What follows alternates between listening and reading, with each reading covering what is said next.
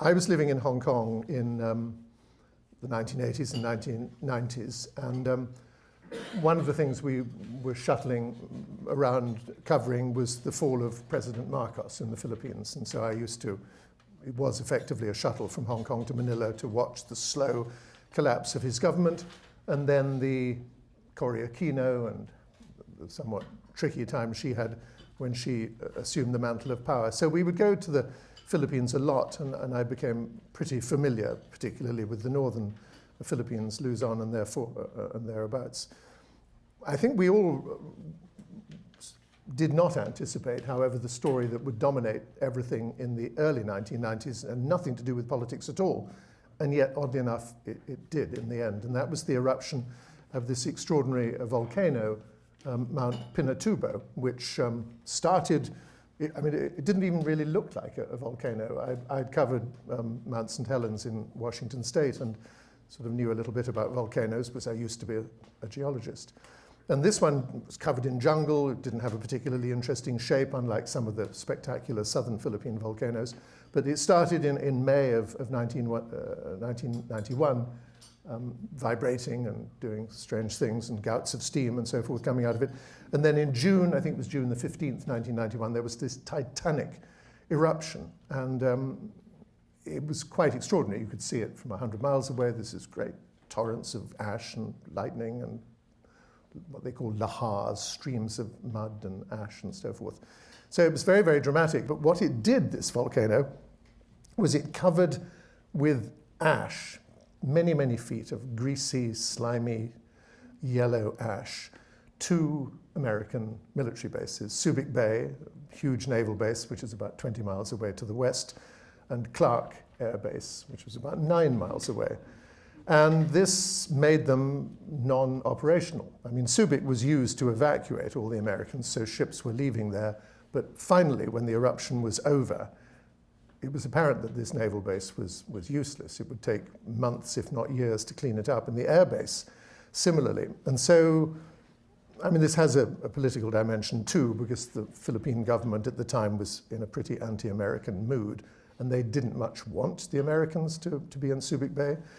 But the upshot of it all was that in November, I think, well, first of all, in, I think, June 92, and then again in November 92, the then Defense Secretary, Dick Cheney, decided to close them down. So all American naval forces were moved back to Yokosuka or Sasebo in Japan, and the air component from Clark was moved to Guam and to other air bases in more easterly. So that was over. That means the Americans no longer had a military presence of any size in the Philippines since 1901, I think, which is when Teddy Roosevelt first placed bases there. So what this did was it created a military vacuum in the South China Sea to the west of the Philippines, and one which the Chinese were only too happy to fill.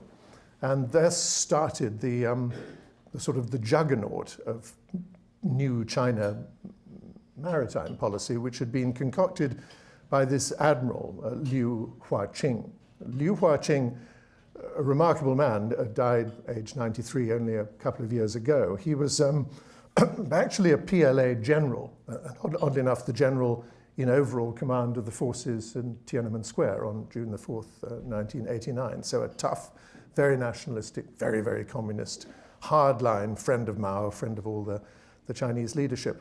But he was a great student of Alfred Thayer Mahan, the great American naval strategist, and had a serious intellectual view about what China's role in the Pacific Ocean should be. And he had devised a strategy on paper when he moved from the PLA, where he was a general, to the PLA brackets N, which is the People's Liberation Army brackets naval component, as an admiral. And as an admiral, wrote papers saying what China's naval policy should be. And it was fourfold, effectively. It had 4 components to it, the first of which was to seize the South China Sea. And they had, you probably know all this, but this bizarre thing called the 9-dash line, which was drawn on a map back in 1947 by the Kuomintang, who was still in power in China, just. And they had said that it was right and proper and just for China to control most of the South China Sea, off the shores of the Philippines, off the islands of Indonesia, in a great, it looks like a cow's dewlap in a way. And they did it, actually made 11 dashes to indicate where everything inside those 11 dashes should belong to China. The upper 2 dashes go up towards Hainan Island, and they figured they had that anyway, so they erased 2 of the dashes. So that it's now the 9-dash line. And so part of the strategy was that China should control everything within the 9-dash line, even though these were international waters and a major trade route for goods and services coming up from Malaysia and Indonesia, and much needed by the international community and China herself. So the first component of this was put into effect as a consequence of the Americans leaving after Mount Pinatubo.